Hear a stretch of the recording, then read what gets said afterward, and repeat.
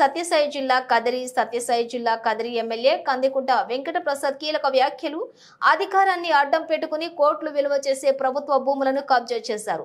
తప్పు చేసిన వారు ఏ పార్టీ వారైనా సరే వదిలిపెట్టే ప్రసక్తే లేదు. సుప్రీంకోర్టును స్పష్టంగా చెప్పింది.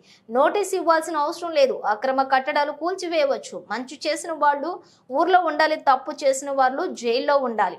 ప్రజాస్వామ్యబద్ధంగా ధర్నా చేస్తామంటే స్వాగతిస్తాం, వారికి ప్రొటెక్షన్ ఇస్తాం. గతంలో ప్రతిపక్షాల గొంతు నొక్కిన సైకో జగన్. అందుకే వైఎస్ జగన్ కు ప్రజలు 11 సీట్లు కట్టబెట్టారు. బెదిరించి బతికించిన వాళ్లకు హెచ్చరిస్తున్నాం, మీ ఆటలు ఇక సాగవు. చనిపోయిన తహసీల్దార్ స్పెసిమెన్ సిగ్నేచర్ వారి వద్దనే ఉంచుకుని దొంగ పట్టాలకు సంతకాలు చేస్తూ ఉన్నారు. సామాన్య ప్రజలకు ఎవరైనా డబ్బు అడిగితే టోల్ ఫ్రీ నెంబర్ను ఏర్పాటు చేశాం. ఫోన్ చేయండి. సిఎండ్ఐజీ చర్చలకు కుంభకోణానికి మూల కేంద్రం కదిరినే. పూర్తి స్థాయిలో దర్యాప్తు చేయమని కలెక్టర్ దృష్టికి తీసుకువెళ్తాను. పూర్తి స్థాయిలో వాస్తవాలను వెలుగులోకి తీసుకువస్తాం. కరెంటు ఛార్జీలు పెంచింది జగనే. బెదిరించి బతికిన వాళ్లకు హెచ్చరిస్తున్నాం, మీ ఆటలు ఇక కదిరిలో సాగవు. అధికారులను బెదిరిస్తే తాట తీస్తా. దొంగ పట్టాలు, ప్రభుత్వ భూములను కబ్జా చేసిన వారిని వదిలిపెట్టే ప్రసక్తే లేదు. పారదర్శకత తీసుకురావడమే మా కూటమి ప్రభుత్వ లక్ష్యం. దొంగ పనిని కట్టడి చేయాలనేదే మా ఆలోచన. మున్సిపాలిటీకి రావాల్సిన నిధులను రాబడతాం. ప్రజలకు సౌకర్యాలు కల్పించడమే తమ లక్ష్యం. ప్రభుత్వానికి రావాల్సిన డబ్బు ఖచ్చితంగా రావాలి. రోడ్లపై ఇండ్ల నిర్మాణం, దొంగ పట్టాలు, భూ కబ్జాలకు పాల్పడిన వారిపై కఠినమైన చర్యలు తీసుకోవాలని అధికారులకు ఆదేశించిన ఎమ్మెల్యే కందికుంట ప్రసాద్. ఆర్డీఓ గారి ఆఫీసులో ఆర్డీఓ గారు, అదేవిధంగా కమిషనర్ గారు, సబ్ రిజిస్టర్ గారు, టీపీఓ గారు, ఇతర అధికారులతో గతంలోనే మేము ఒక సమాధానము, ఒక పరిష్కారం చూపించాల్సినటువంటి బాధ్యత మా మీద ఉంది. కాకపోతే మా అందరి మధ్యన ఒక సమన్వయం అనేది ఎప్పుడు టైం ఇబ్బంది పెట్టిన దానివల్ల సమన్వయం లేనటువంటి పరిస్థితుల్లో ఈరోజు ఈ కార్యక్రమం నిర్వహిస్తాం. అందులో భాగంగా ఈరోజు ఈ పరిష్కార వేదిక మీద నుంచి ప్రజలకు విజ్ఞప్తి చేస్తాము. ప్రజలందరికీ, కదిరి ప్రజలందరికీ కూడా నూతన సంవత్సర శుభాకాంక్షలు, అదేవిధంగా సంక్రాంతి శుభాకాంక్షలు. ఈ రోజున గతంలో ఏదైతే మీటింగ్ పెట్టున్నామో ప్రైవేటు లేఅవుట్స్, అన్ఆథరైజ్ లేఅవుట్స్ కావచ్చు, అదేవిధంగా రిజిస్ట్రేషన్స్ ఆపేసినారని ఒక అపవాదం. ఆపడం కూడా ఒక రంగం మంచిది. అప్పుడప్పుడు ఉపవాసాలు చేస్తే ఆరోగ్యానికి మంచిది. అదేవిధంగా దొంగ పనులు కూడా ఆగిపోతాయి. ఈరోజు ఎవరైనా బాధపడుతున్నారంటే దొంగ పనులు చేసేవాళ్ళు బాధపడి ఉండొచ్చు. అమాయక ప్రజల్ని, సామాన్య ప్రజల్ని, పేదవాళ్ళని, మధ్యతరగతి వాళ్ళని నిజాయితీగా ఒక భూమి కొనుక్కొని ఇల్లు కట్టుకోవాలా అని ఆలోచన చేసేవాళ్ళని ఇబ్బంది పెట్టేటువంటి ఆలోచన ఈ కూటమి ప్రభుత్వానికి కావచ్చు, స్థానిక ఎమ్మెల్యేగా నాకు కావచ్చు, ఇక్కడ ఉన్నటువంటి అధికారులకు కావచ్చు ఏమాత్రం లేదనేది వాస్తవమైన ప్రజలకు తెలియజేస్తారు. ఇందాక ఆయన కూడా పూర్తి స్థాయిలో ఆర్డీఓ గారు కావచ్చు, కమిషనర్ గారు కావచ్చు మీకు తెలియజెప్పండి. దీంట్లో 3 రకాలైనటువంటి వాళ్ళు ఉంటారు. ఒకటి వ్యాపారస్తులు, రెండో వాళ్ళు దళారు, మూడో వాడు వినియోగదారు, 4వ వాడు కూడా ఉన్నాడు. వీడే నిజమైన దొంగ.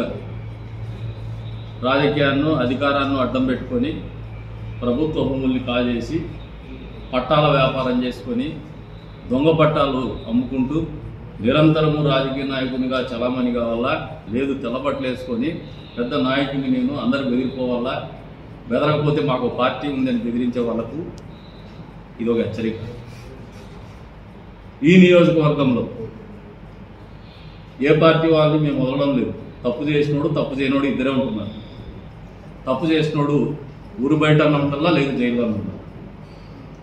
తప్పు చేయనటువంటి వాడికి, జాగ్రత్తగా సమాజంలో బతకాలని కోరుకున్నటువంటి వాడికి, ఆరోగ్యకరమైనటువంటి ఆలోచన ఉన్నటువంటి వాడిని కాపాడాల్సినటువంటి బాధ్యత ప్రభుత్వాల మీద, ప్రభుత్వ అధికారుల మీద, ప్రజాప్రతినిధుల మీద నిరంతరం ఉంటుంది. అందులో భాగంగానే మేము చర్యలు తీసుకున్నాం. హెచ్చరిల్లిపోయింది అసలు వ్యవస్థలు అనేది. ఆ లాస్ట్ సామాన్య ప్రజలు ఏమని నమ్మిస్తున్నారంటే మేము చేసేదే వ్యాపారం, మేము చెప్పిందే రేటు, మేము అమ్మిందే భూమి. ఈ ధోరణి మంచిది కాదు. ఇందాక చెప్పినారు, బయట పక్క లేఅవుట్లకు పోతే 65 కోట్లు ఎక్కడి నుంచి తెచ్చిమంటారు. మీరు డబ్బులు కట్టరు కానీ రోడ్డు కావాలా, గతంలో కూడా చెప్పినాయి. రెండో రకం ఏమంటే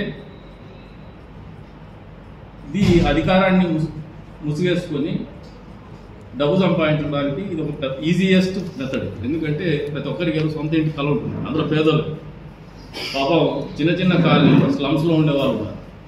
ఇళ్ళల్లో పాచి పని చేసుకుంటారు, అంట్లు తోముకుంటారు, కసులు ఉడుచుకుంటారు. ఏదో 4 రూపాయలు వాళ్ళ దగ్గర ఉంటే ఇంకో 4 రూపాయలు అప్పు చేస్తారు ఒక ఇల్లు కట్టుకోవాలనుకుంటారు. వాళ్ళని కూడా మోసం చేసేటువంటి దరిద్రులు రాజకీయ నాయకులు ఉన్నారు. అందరని చెప్పను, ఒకరిద్దరు కావచ్చు, నలుగురు కావచ్చు. ఇటువంటి వాళ్ళకు మేము వ్యతిరేకమే. ఎంత ఒత్తిడి వచ్చినా ఎదుర్కోవడానికి సంసిద్ధంగా ఉన్నాం. ఎంత స్థాయిలో అయినా ఒత్తిడిని తీసుకోవడానికి సంసిద్ధంగా ఉన్నాం. రెండోది, ఇందాక కమిషనర్ గారు కూడా చెప్పడం మర్చిపోయారు. సుప్రీంకోర్టు కూడా స్పెసిఫిక్గా చెప్పింది, ఎవడైనా ప్రభుత్వ భూమి ఆర్ఎన్బిది కావచ్చు, ఎన్హెచ్ది కావచ్చు, లేదంటే ప్రభుత్వ భూమిలో కావచ్చు, లేదంటే అనాథరైజ్ కన్స్ట్రక్షన్ కావచ్చు జరిపితే నోటీస్ ఇవ్వాల్సినటువంటి అవసరం లేదు, లేదంటే వాళ్ళకి సమయం ఇవ్వాల్సిన అవసరం లేదు, కూనుగొట్టండి అని చెప్పి ఇంత స్పష్టంగా ఈ దేశ సర్వోన్నత న్యాయస్థానమే తీర్పునిచ్చిన తర్వాత ప్రజలు ఆలోచన చేసుకోండి. ఇండస్ట్రియల్ ఏరియాలో కమ్యూనిటీ హాల్ కట్టుకొని కక్ష సాధింపు అంటే మీరు పిచ్చోళ్ళు. ప్రజలు అర్థం చేసుకోండి. మీ ఆరోగ్యాలు కాపాడుకోవాలి, ఈ ఊరి అభివృద్ధి కాపాడుకోవాలనే ఆలోచనతోనే ఇండస్ట్రియల్ కారిడార్లో ఇండస్ట్రీసే ఉన్నారు. రెసిడెన్షియల్ ఏరియాస్ పనికిరావు. దాన్ని చేసుకోవాలంటే ఒకవేళ అక్కడ ఉన్నట్టు మారినటువంటి పరిస్థితులు రీత్యా మార్చాలంటే ప్రభుత్వాలకు అధికారాలు ఉంటాయి. నా అంతకు నేను, ఆయనంతకు ఆయన, మేము నిర్ణయాలు తీసుకుని అమలు కావాలంటే జరగదు. వ్యవస్థలు ఉంటాయి, కట్టుబాట్లు ఉంటాయి, ప్రభుత్వాలు ఉంటాయి. అవన్నీ కూడా మన కోసం చేసినట్టువే. ప్రజా జీవితము అస్తవ్యస్తం కాకుండా, స్తంభించకోకుండా పరిపాలన జరగాలనే ఆలోచనతో చేసినట్టువే వ్యవస్థ. దానికి కట్టుబడే ఉంటాయి.